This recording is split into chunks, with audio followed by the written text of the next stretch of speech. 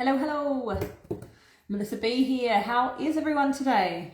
Hope you're all well and had a great day and a great week so far.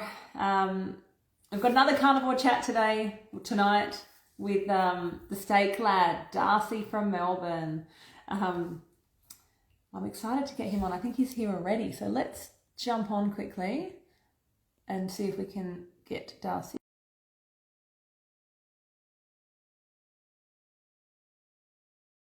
Let's see. Hi to everyone that's joining. Good evening. Good evening, all. Welcome to this carnivore chat. We've got Darcy, the steak lad from Melbourne, joining us. Just seeing where that went. 1 minute. Oh, hello. Good morning. Sorry. Good evening. Phone. Just dropped my phone. Oh, guys. All right, we're back. We're good. You can hear me? Yeah, I can hear you. Yeah. Beautiful. How you doing? I'm very good. Thank you for having me. Like I said, first Instagram live, so first for everything. Fantastic. I'm excited. I am. No, we've had a quick chat today, this afternoon, and geared me up for a big chat. So I'm excited. Yeah, I know. It was so great to chat today. So I'm happy to have you on. This carnivore chat segment is really just a brief, just opportunity for me to bring people on who are in either, carnivore world or health and wellness world and have, purpose and passion out there to, have an experience, share it with others and, leave people feeling empowered. So that's what we're here for. So you're in Melbourne. I'm in Melbourne. Yep. Yeah, doing some. I guess the whole carnivore space has been something that's been interesting for me over the journey, I guess. So sort of dabbled in it here and there, but I sort of preach the animal-based lifestyle very much these days. But I definitely enjoy the steak, hence the name. Absolutely. Well, why don't you tell us how you got to being the steak lad and how you're doing, what you're doing now? How did you get here? It all started, I guess, in COVID. Obviously, Melbourne had it pretty rough, and during my early 20s, I took a whole year off. I was actually starting to be a paramedic, which is interesting, and I took a whole year off to pursue amateur boxing. And whilst I developed a skill in boxing, I didn't really master the skill of how to control my nutrition. And I was just essentially starving myself for weeks on end to make weight. And I'm not that tall. So when I had to make weight, I was coming up potentially against taller guys who were cutting weight. So I went to like a really low weight class. And I think I'm probably around 70 kilos now, and I would fight at, maybe 62. So so it wasn't healthy to get to that weight. So it was like I've had enough. And I think it was maybe a week into like a really big week of cheat meals, and I ended it on a Sunday with like 5 donuts. It was out of control. And I was sitting there and I was like, I need to make a change quickly. So I just started researching on health and nutrition, and as most people do, you find the keto and then you find the carnivore, and I found the book, Paul Saladino's Carnivore Code, and that's when it all started. And then over COVID, I sort of just harnessed a skill, and then maybe after 2 years, I was like, well, why don't I start documenting the passion? And, between maybe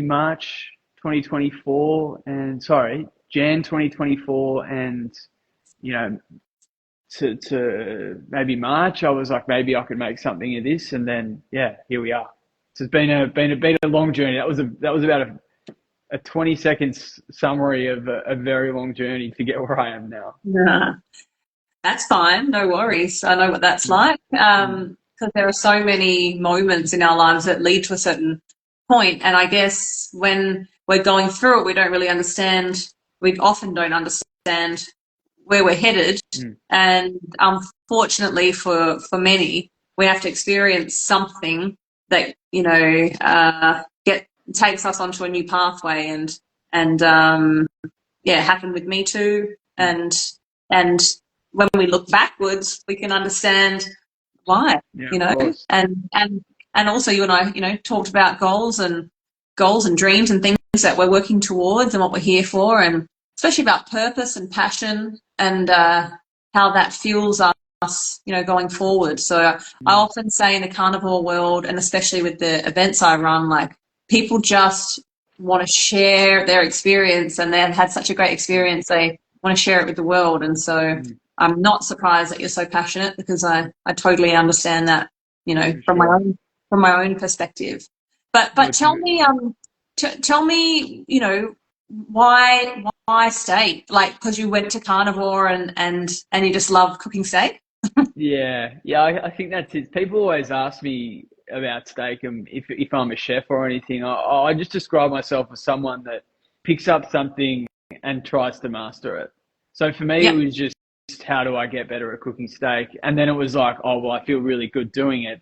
And mind you, like, in my early 20s, so I'm 29 now. Yeah.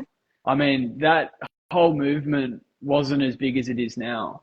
So I remember going into like a local butcher, you know, maybe I would have been around 23 or 24, and 25, I'm not sure, like the memory escapes me, but I would order a bag of meat mince, and I'd tell them to add all the fat off cuts in. Yeah. They thought I was nuts. They were like, what is going on? And now that's probably common practice. Yes. So it was very early on in the phase, or not phase, the what's the right word? What am I trying to say? It was very early on in the journey of carnivore. And then in the time that I've sort of, I almost wish I started the page then, because I'd be, you know, I would have probably been a lot bigger than I am now. But that's how it all started, I guess. Small beginnings. What were some of the initial changes that you felt or saw in your body and in your being, I guess, that enabled you or fueled you to keep going? It was more the fact I could eat a pretty significant meal, feel good, and not want more. Yeah. I think that's a common scenario, I guess, with others. Yes. But yeah, I would eat, you know, historically would eat, you know, let's just say it was a cheap meal, I'd eat a massive amount, but I'd still be sort of hungry, you know, whereas, steak, I heard someone say with steak, you don't need to, you eat till you're satiated, and that's generally enough. Whereas like sometimes with other foods, you just can't help but go back for more. Yes. Yeah, that was probably the main thing. And then energy as well. Like it sort of took a while to actually get to the point where I was just primarily meat. And it was one of those things where, like, I had a chat with someone today, and she said, I don't think carnivore's for me. I just like broccoli. And I emphasized to her, I'm like, well, I liked all that stuff. And it was a gradual progression. Like, it didn't happen overnight. And if you think it's going to happen overnight, then that's probably a sure way of it not to progress. Yes. Because you're just going to hate it. So it was a gradual, it took years for me to actually say, oh, well, I've had enough. It wasn't something that just happened overnight. It's like, oh, I'm going to be meat-based, you know, with the click of a finger. Like, I think that's a worthwhile message, I guess, for people. It's like, if you're looking to explore this thing, you don't have to cut out everything. You just need to take the actual step and the approach. And I guess that's the same with anyone looking at doing, you know, even if I heard someone say being a vegetarian, you know, at least they're taking a step, you know, and it's all about us taking a step. That's all it is. Yes. And I think a lot of people, when they go on this journey, they're like, oh, well, I need to make massive changes overnight, but it really doesn't need to be that. No. However, can I share a story with you? I shared it in my live the other day also. I had a gentleman, I think he's in maybe late 50s, 50s, 60s, I don't know, I didn't ask the age, but he's an older gentleman with adult kids, and he has had chronic knee issues his whole life. He's a truckie, and, you know, eating a typical truckie diet, and, you know, out of, you know, truck stops and servos and all that kind of thing. And anyway, he was at his last, you know, he's like, I can't lose weight. I'm in chronic pain. I bought myself a gopher so I could walk to the shops because I can't walk anymore. And I just feared how I was going to age. And then somebody sent him a video, an Anthony Chafee video, about the carnivore diet, because I've got nothing to lose here. So he just switched off, and then switched off how I was eating, switched on carnivore, and he swears that the next day woke up without knee pain. And now he's walking to the shops and losing weight like he couldn't believe, and feeling like he's never felt before. And I totally agree with you, because that's how I got to carnivore. But I know of some people that feel like they have to make change quickly because they're either in some kind of position where they have to. That can work for them. But yeah, I agree. Yeah, I think everyone needs to be mindful of their transition. Yeah. Of course. No, and that's all relevant. No, you know, like this lady's like, she feels good, but it's just something that she was, you know, thinking about in her head. But no, of course, it's all dependent on, and it's exactly what we said about that change. Like, often you need pain, I guess, pain, or, you know, a resentment towards your lifestyle. I'm not sure. I guess that's probably how I was feeling when I was going through it.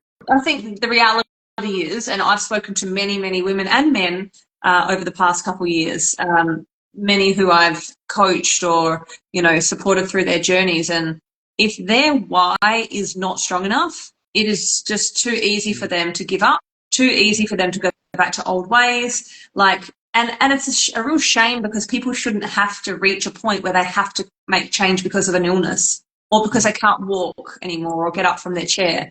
You know, at what point does a person, a human being, say enough is enough? Some people push it right to the limit, you know, as far as they can possibly go, because they're so resistant to making change.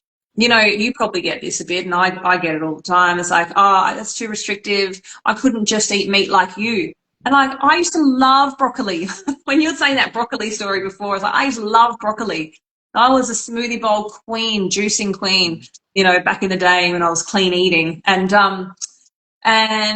I too didn't think that I liked eating all meat either until I tried it, you know, and I'll would never go back, because the way I feel at this level is nothing really compares. So I don't want people to have to have, and you don't, I don't know if you fully know my story, but yeah, I had tinnitus in my left ear when I was 26. I'm now 41.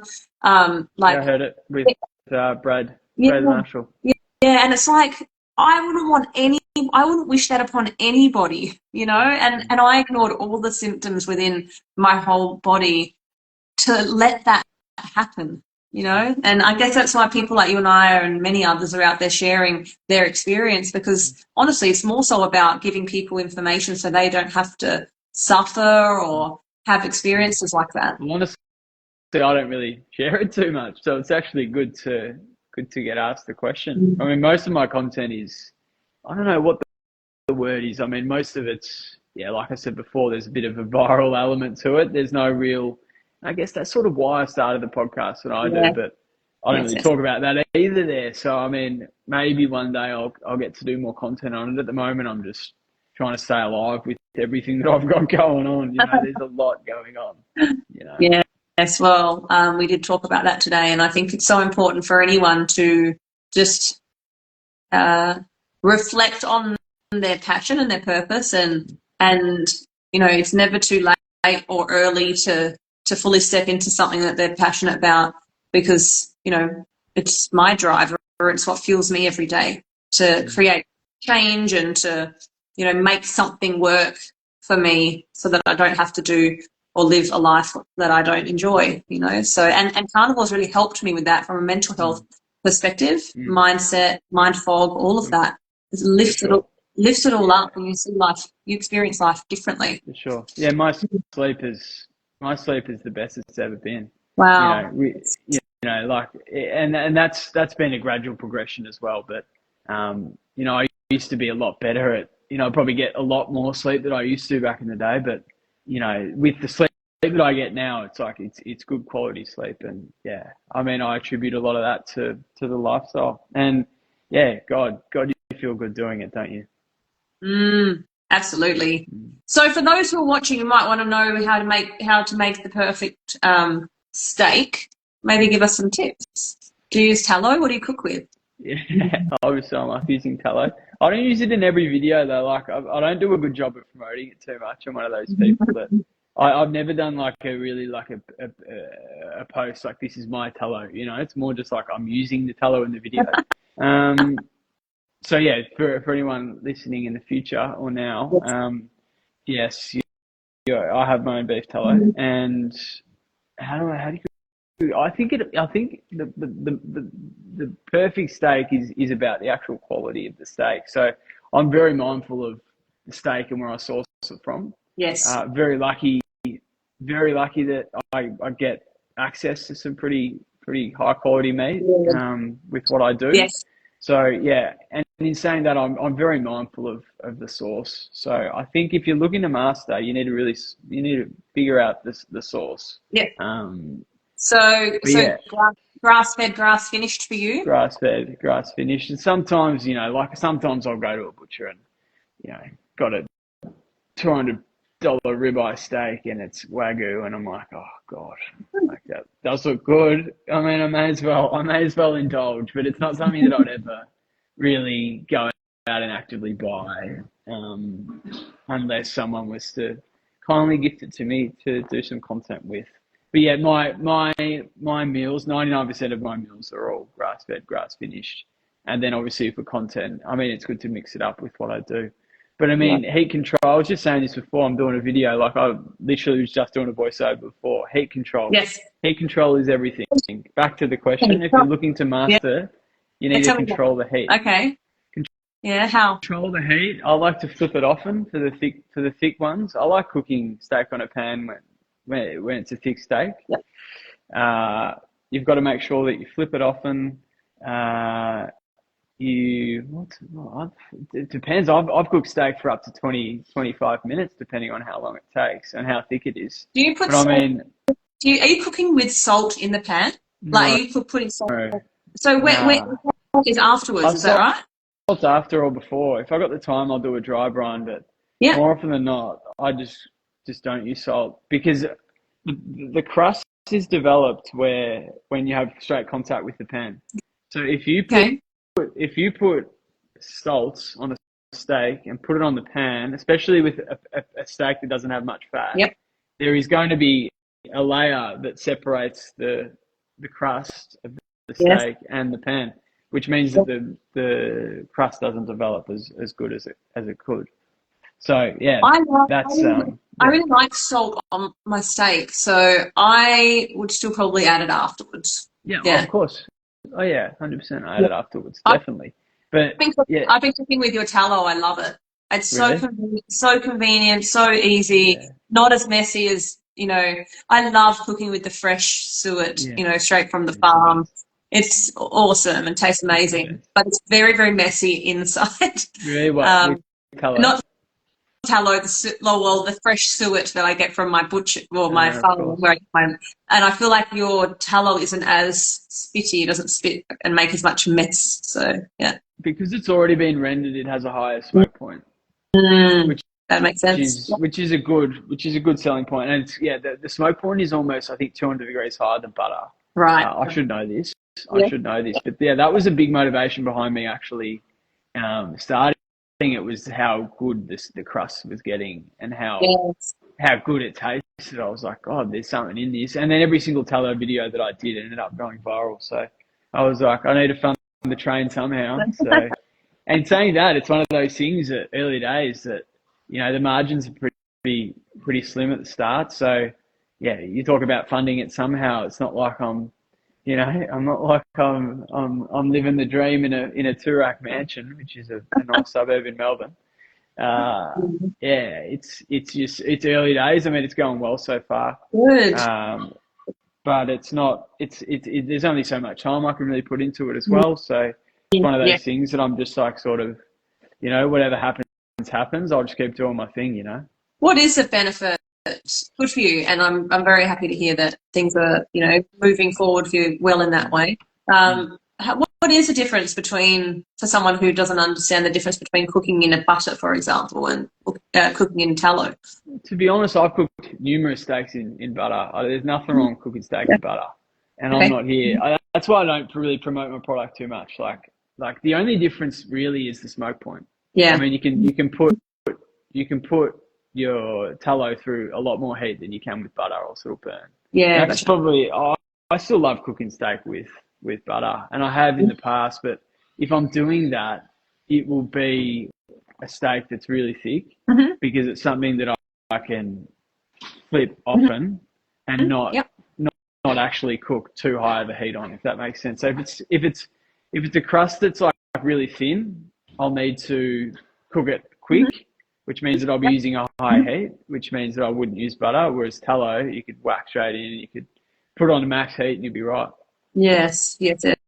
I don't like really thick steak, so I get my butcher to cut my steaks very thin. And I actually visited my farm, my butcher up at his farm today. I go every Thursday, and he cuts my steak about just over a centimetre. I like them quite thin. Yeah. Well, I go to a lot of the reveals because I just cut open the steak literally on Instagram and TikTok. Yeah. Some of those go absolutely crazy. So generally the thicker the better for me, because on TikTok the good looking steaks, the thick ones, they're the ones that go viral. Like I've had some on TikTok just go to millions. Wow. Just me cutting open a steak. Really? I saw that. Absolutely insane. You need to teach. Yeah, You need to teach me how to do it. Right. I did one the other day, and it's and it was one of those ones that I was like, oh, I don't really want to post it, but I was like, I'll post it. Yeah. If I've got an inkling feeling in my stomach, I'm like, oh, I don't know if this is very good. More often than not, I will post it. Yeah. That happened the other day with one, and it's got about 110,000 likes and 2.75 million views. And it was one that was just me cutting open a steak. Was it on TikTok or on Instagram? TikTok. Wow, amazing. I don't have a TikTok. I'll probably get one. TikTok's really good for viral. My reach on TikTok is out of control. Yes, interesting. Wow. The past 60 days, it's like over 8 million or something. Wow. It's just ridiculous. Oh, I love watching you cook steak. I love it. I love it. It's too hard to keep a track of. I'll log on and there's like so many comments. I try to respond to most of them, to be honest. So I'm pretty good at responding, but what are they asking you? What are people asking you? Oh, most of it's just hate, to be honest. Oh. It's all good for the algorithm though. Well, I heard you meant to respond to every comment, so keep doing that. Well, I literally I'll respond to every single message. Yeah. There's not a DM that I've got unless it's a weird DM that I haven't responded to. And I think that's why, or a massive part of what I do is I'm not just here to get likes and comments and everything. Yep. It's good when you get all that stuff, but I think at the core of what I'm doing, there's a purpose behind it all, and that's to help as many people as I can. And originally it was, help as many people as I can in helping people how to cook steak. But now with everything that I'm doing from a health and wellbeing perspective, there's an element of purpose there as well to show people, or at least inform people of the lifestyle that's possible if you go down that path of just, the animal based or the carnivore lifestyle, because it changed my life, and I wouldn't be here talking to you if I hadn't taken the plunge. I love that. I love that. And I'm interested to hear, with those around you and perhaps some of the stories you've heard, what are the common stories that come up, from people who have changed or made the change? Well, how is it impacting people's lives? Because I know in lots of different ways it could affect people. Most people just think I'm a bit nuts when I talk about my food. So I tend to stay away, to be honest. With people that are close to me, I'm just, it's one of those things that, each and every person that I know has their own way, and a lot of my friends don't practice it. Yep. I've actually just moved in with two absolute meat lovers. Which good. Is great. They're bigger meat. They eat more steak than I do, which is crazy. Great for them. You. Yeah, it's great. Yeah, well, it's good and bad. I mean, on the weekends when I film, they're probably going to get a bit annoyed. Yeah. But they're going to get a lot of steak, which is great. But it's one of those things that I don't really preach it too much to my friends. I'd like to preach it a bit more, but it's one of those things that a lot of people have their their way of doing things, I guess. And my siblings, for example, I think they're all vegetarian or very much a vegetarian. I've got 3 siblings, and they're largely vegetarian. So there's only so much communication I can have to them. I think just, lead by example, right? Just do what you do best, and let people see what you're doing, and they can observe how you look and feel and the way you're looking. And that's the best way to be, rather than having to explain anything to anyone. Exactly. That's how I guess my content sort of represents that. Yeah. My content represents that a lot. Yeah. So I mean, that's I guess in that way it's sort of an outlet, if that makes sense. Yes. Tell us about your podcast. Do you want to share about the podcast? Yeah, the podcast. Yeah, where do I start? Yeah, the podcast is a big passion of mine. So I actually eat a steak with a guest. Oh, you do? Cool. We Awesome. ate a steak beforehand. I like it. So the one that I just launched, 55, my guest was a vegetarian, but we started a great chat. So it's not always eating steak, but I started that.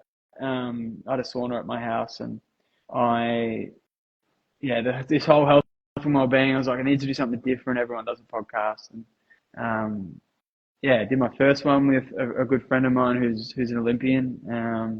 Episode 1, sorry, and then episode 2 was with Brett Deledio, who's a well-known Aussie rules footballer. So I was very, very, looking back on it, very, very nervous, and very, very. I was prepared. I thought I was prepared, but just one of those things where you look back on and you laugh. I started that because I had a sauna and an ice bath at my house, and really like steak. So I was like, the idea was to invite people over for a sauna and an ice bath, and then we'll eat a steak afterwards. So I don't do that as much anymore, just because I ended up doing so many of them that, the podcast and the steak take enough time as it is. Yes. So you add in the sauna and the ice bath, and then I don't really like, I think the smallest conversation I've had is about 58 minutes. Yeah. So the longest up to 2 hours. So like, they're not normal conversations. And I was chatting to someone the other day. It's like, how rare is it to actually sit down and have a conversation with someone face to face without a phone for over an hour? So in that way, it's an absolute blessing, especially considering some of the people that I've had the chance to sit down and talk to. And in this house I've just moved into, I've got my own dedicated podcast room. So I'll be gearing that out. And I'll get some professional lighting. And yes. I was running it all in my living room recently in my old apartment. Yes. So it was nuts. Yeah, good. Part of the reason why I moved was because I was just getting sick and tired of having no space. Yes, good. Oh, well, that's exciting. So we've got lots to look forward to. Yeah. I think you do. I think you do. In saying that, though, I sort of burnt myself out a bit late last year doing too many. Yes. So I got about 21 or 22 weeks ahead, which is crazy. Yes. Too much. And I was in a bit of a rut by the end of last year, just because I pushed myself so hard. I think I did in December. I launched the Tallow. In December, I also did 10 podcasts, and I posted every day. Wow. Which is hectic. And my videos were a bit more labor intensive back then because I was doing subtitles. Yeah. And I've got a bit of I have to review every single word. So I was doing the voiceovers, plus I was doing the subtitles, plus I was doing the podcast, and I was uploading 2 a week as well. So I only stopped uploading 2 podcasts a week in late December, which is, like I said, you can see why I was in a rut. I got to the end of December, and I hate throwing out the words like mental health and all that sort of stuff, but it took me a week to get over it. So it wasn't like, I was in a hole that I couldn't get out of, but I was definitely in probably just a state of exhaustion. It's probably the right way of putting it. Let me share an interesting concept that I feel was true for me last week. I felt a bit overwhelmed too. A lot going on in my life. Got a big event coming up. Work, parenting. All the normal things, and I had ignored my car a little bit, just like we also ignore our bodies and our minds when they get a little bit in overdrive. And so I had not put water in my car, and my radiator blew, and my car just overheated, and I had smoke everywhere and water everywhere, and just, no car. And I think it sometimes was a bit of a reflection for myself in terms of, hey, Mel, you have to slow down, because you can't go a million miles an hour without fueling. Now, I fuel myself well, but I think it's more about taking that time out and allowing yourself to have quiet time and allowing yourself to breathe a little bit, because we're driven, and I'm a driven woman. Like I take a lot of action, but I also need to, and I remind myself and others that we need to take time out for ourselves. Yeah.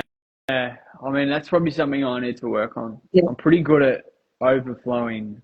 I'm pretty good at overflow. But I found a good pattern with everything now. Like, I upload 2 good quality reels a week and just whatever I can in the middle. Yeah, so beautiful.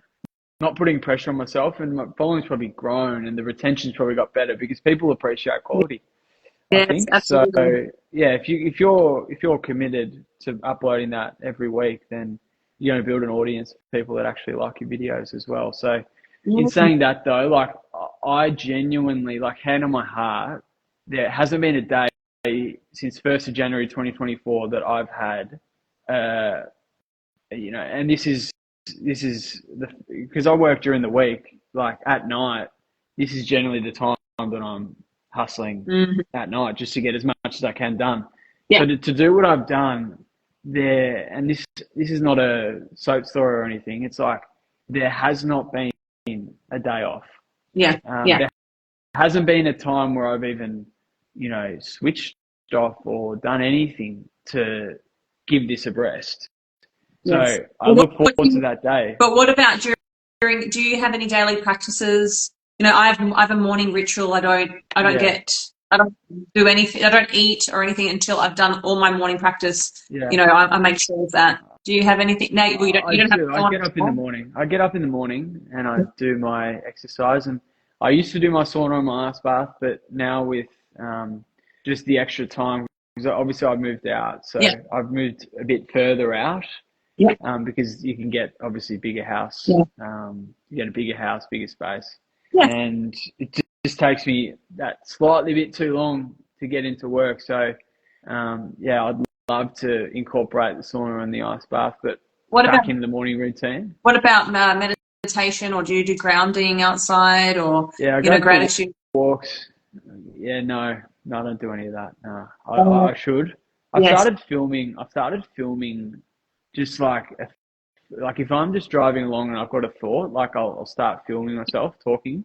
Awesome. And I'm not sure if that's a gratitude thing. That's more of I'm not sure if it's manifesting or anything. I'm just more sort of talking my thoughts at the time because there's a lot going on. Yes. But no, I don't do as much of that. In fact, in summer last year, I probably got I definitely got the least sun that I've ever had in my life. Like over summer, I barely left the house. It was nuts. Like it was ridiculous. Like my break at work, I just went, like, I'm still posting content from January. That's it. And I've got maybe 3 more videos from January, which is crazy. I think,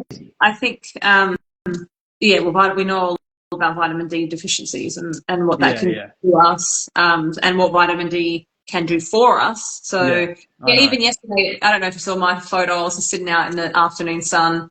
It was beautiful, and sometimes I forget to do that too, but I make sure every day I get in the sun at some point.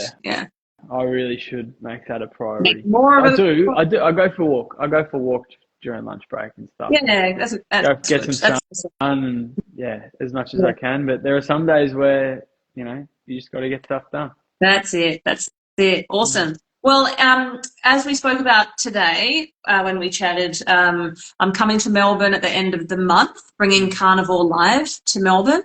I hosted the first event in Adelaide last November, and it was amazing. Just such a beautiful vibe in the room, and loving and supportive people around, amazing thought leaders in the carnivore space and low carb space and wellness space there on stage sharing their stories, experience, knowledge. And so we had a lot of people who said they missed out on that in November, and we're bringing it to Melbourne April 26th. So you're going to be there, which is going to be awesome. So I really look forward to your presence there and your contribution to the community. Thank you. I'm very much looking forward to that. And if my mum, she might actually be listening, I'm not sure. I apologise. My mum had booked in a family day that day that I forgot about. So if she's listening, I'm sorry, Mum. I'm sorry, Mum, but yeah, I got to go. No. I got to go to this. Awesome. No, you'll love it. Dr. Robert Kiltz, we've got Bella, Steak and Butter Gal, Carnivore Ray, Professor Bart K, Dave Mack, Natalie West, Bradley Marshall, Anthony Fayez, Veronica Lara. Looking forward to seeing Tom. I've been Tom, yes. trying to get Tom on my podcast for a while, and I went to his house the other day to drop off some tallow as well. Yes. So, yes. Yeah, Me he's too. a good man. It was actually, I had a weird approach with some of these people trying to get podcast guests on, but he was actually a cold call, which is, I don't actually recommend, to be honest. I don't recommend cold calling people. What, the worst it could possibly get is someone just says no, you know? Yeah, of course. Yeah, but the power of referrals. Referrals. Absolutely. If you get referred into something, but now I'm at the point now where I don't need to do as many cold calls, which is great. No, that's it. No, good. Awesome. All right. Well, it is the evening and I like to have an early-ish night. So thank you so much for jumping on and sharing all of that with me. I appreciate everything you do and everything you're doing for the community out there. Like, you're reaching so many people and having whether you see it or not, like you clearly have an impact on people's lives if there's that many people watching what you're doing. So it's great. It is great. The work you're doing. I went on a podcast the other day, quite a big one actually, and had so many people reach out and had so many phone calls off the back of that and so many messages. So yeah, when I get all that stuff, it's one of those things where it's like you can do something for so long, and I heard someone say that, like, everyone loves people telling them they're doing something good. Like, even if it's like, someone came on a podcast the other day and he talked about how he was looking very good, and people were telling him that. Yeah. So it's like how it feels so good when you just keep getting positive reinforcement. So to hear people when they reach out, I've actually just got a text that came through from someone that bought some tallow, and I text everyone that buys tallow, and I don't know what he actually said, but I saved down his number and we've stayed in touch, and that's great. That's who cares about social media when you can do stuff like that? Well, that's it's a weird saying. Like, social media comes with the ability to actually get all of that in the first place. So I mean, that's the benefit. Yeah. But yeah, I think you know what I was trying to say. Human connection always kind of overpowers, maybe socials, but I love that technology brings us all together in a way like this, that we can have conversations, from anywhere in the world with anyone, anywhere in the world. So, yeah. Nothing beats the face-to-face, though. So looking forward to April 26th and the 25th, Anzac Day. April 25th, we've got the VIP dinner with all the guest speakers. So if you're coming along or you'd like to come along on the Friday night, we're having a VIP dinner, which will be an intimate setting with all the guest speakers. So that'll be awesome, a great experience. And then steak there as well. What's that? Maybe I can cook steak there as well. Oh, maybe. It is a carnivore dinner, so okay. Yeah, so we do have all the we're having a lot of meat that night. Of course, what else are we going to have? Yeah, no, that's why I was joking. I was offering that at the Regenerate one. But yeah, I actually like going to those things and just being present.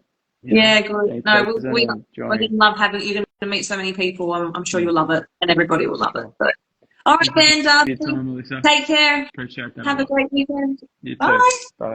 Yeah.